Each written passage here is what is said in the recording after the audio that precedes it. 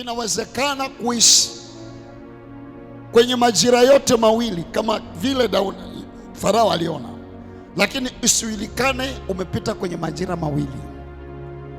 Hebu nikuonyeshe katika kitabu cha Yeremia 17 mstari wa 8. Yeremia 17 mstari wa 8 anasema, maana atakuwa kama mtu uliopandwa kando kando ya maji, uenezao mizizi yake karibu na mto. Hautaona hofu wakati wa hari ujapo, bali jani lake litakuwa bichi, wala hautahangaika mwaka wa uchache wa mvua, wala hautaacha kuzaa matunda. Kuna mtu jioni ya leo, mwaka unakuja na majira yake, lakini utaishi juu ya majira. Zaburi 1 mstari wa 3.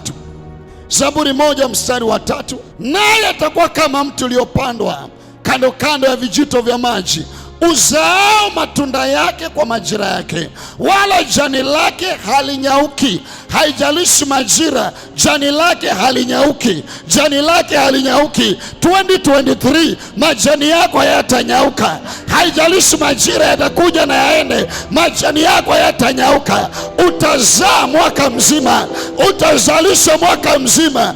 Kalika dosa pradiga. Ninamwombea mtu mahali hapa, 2023 hautajua kukosa pesa, hautajua kukosa hela, hautajua kufilisika, hautajua huzuni. Sema mina iliyo hai.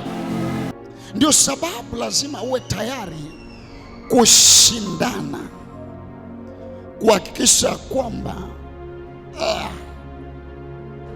adui hajaleta majira yake yagandamize majira yako aliyokusudia Bwana.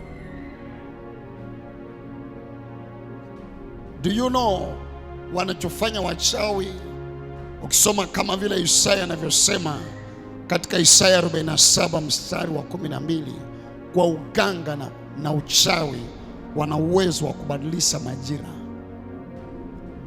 Biblia inasema, simama kwa uganga wako na wingi wa uchawi wako, utakitabisha tangu ujana wako, labda utaweza kupata faida, labda utaweza kushinda. Unapata faida gani? Wakati wanakubadilishia majira, kama vile yule mama alivyomlalia mwanaye akamwona amekufa, and then akachukua yule aliyekufa wa kwake akampa huyu ambaye alikuwa amelala usingizi. Ndivyo wachawi wanavyobadilisha watu majira. Kilikuwa kipindi chako cha furaha, then shetani kwa uchawi na uganga akaangalia nyota na mwezi, and then akaukamata majira yako, akajifaidisha yeye na akakupa muda wake.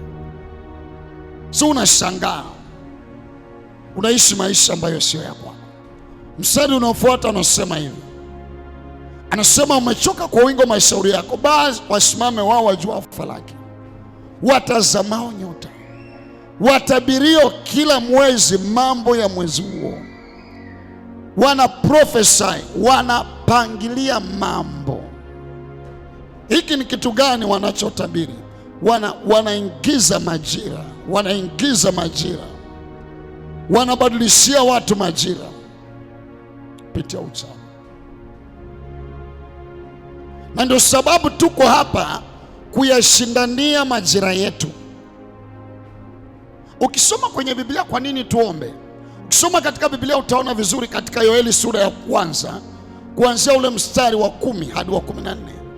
Yoeli sura ya 1 mstari wa 10 na 14 anasema, shamba limeharibika, nchi inaomboleza, maana nafaka imeharibika, divai imekauka, mafuta yamepungua. Mstari unaofuata anasema, tayarini enyi wakulima, pigeni yowe enyi watunzaji wa mizabibu, kwa ajili ya ngano ya shayiri, maana mavuno ya mashamba yamepotea.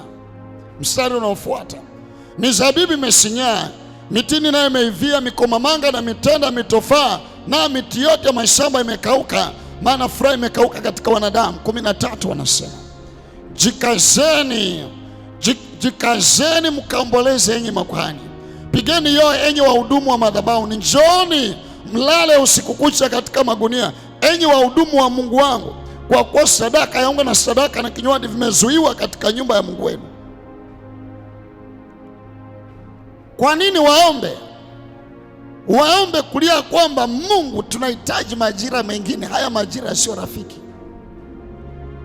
walie Mungu awabadilishie majira.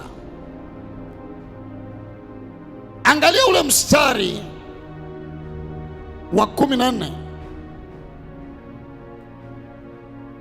anasema takaseni saumu enye kusanyiko la dini, wazee wawakusanye wenyeji wote wa nchi, waende nyumbani mwa Bwana Mungu wenu, mkamlilie Bwana. Kama vile Eliya alisimama akafunga mbingu juu ya Samaria kusinyeshe kabisa, usinyeshe juu ya Israeli kwa miaka 3.5, hakukunyesha, kukawa na ukame, kila kitu kikafa. Huyo mtu amebadilisha majira. Watu wanateseka kwa sababu kuna mtu ameenda akabadilisha majira. Nisikilize, kwa uganga na uchawi watu wana uwezo wa kumbadilishia mtu majira. Nimekuja kutangaza leo, kila madhabahu yanayosimama kukutengenezea majira ambayo Mungu hakukusudia, hayo madhabahu tunanyamazisha leo katika jina la Yesu Kristo.